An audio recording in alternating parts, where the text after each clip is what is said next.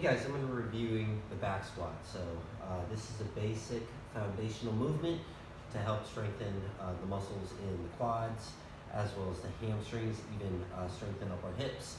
And because we're pushing up the bar to an object on our shoulder, it actually requires a lot of core strength. So to perform this, unless otherwise stated, we'll be taking the barbell out of the rack, out of a squat rack.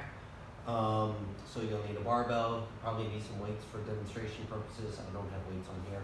So you want to have your barbell in the rack, and for our purposes, the barbell will be resting on our traps or upper shoulders.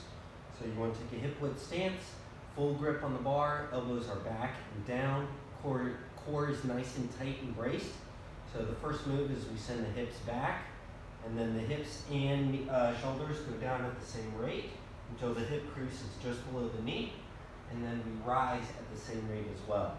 Notice that my knees are staying in line with my toes the entire time, and I'm keeping my chest nice and tall.